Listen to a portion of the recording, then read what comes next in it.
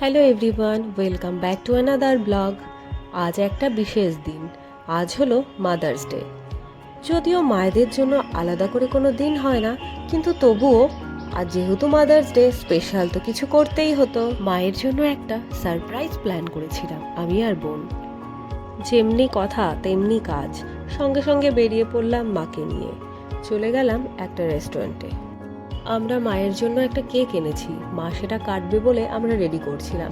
আর ততক্ষণে আমরা কে কী খাবো সেটা মেনু কার্ড দেখে ঠিক করে নিয়ে অর্ডারটাও দিয়ে দিয়েছি। তারপর মা কেকটা কাটার জন্য প্রস্তুতি নিচ্ছিল। কেকটা কিনে আনার পর, যেহেতু আমি স্কুটিতে করে এনেছিলাম, তো সামনের দিকে দেখো কেকটা একটু ঘেটে গেছিলো, তবে ঠিক আছে, কোনো ব্যাপার না। Mother's Day, happy Mother's Day. Happy Mother's Day to you.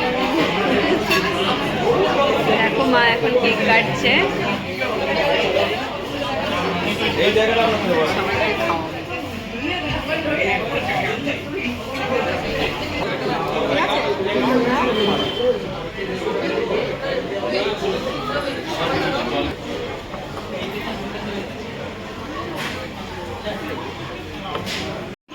আমাদের খাবার চলে এসছে, অর্ডার দিয়েছিলাম কিছুক্ষণ আগে।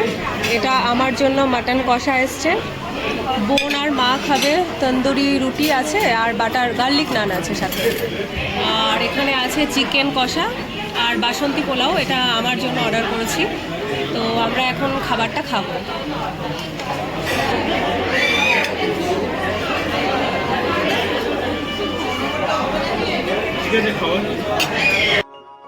আমরা এসেছি কল্যাণী ঢাকেশ্বরী চাইনিজে। এখানকার খাবার কোয়ালিটি সত্যিই খুব ভালো, আর আমরা যে কোনো অনুষ্ঠানে এখান থেকেই খাবার নিই আর খেতেও আসি, কারণ এখানকার খাবার কোয়ালিটি খুব ভালো লাগে। যারা কল্যাণীর বাসিন্দা তারা হয়তো জানো।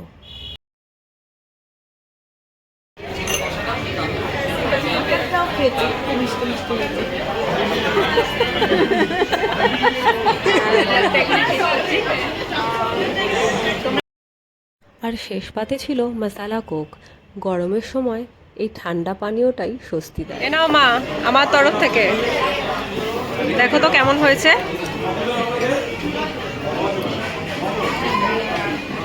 পছন্দ হয়েছে?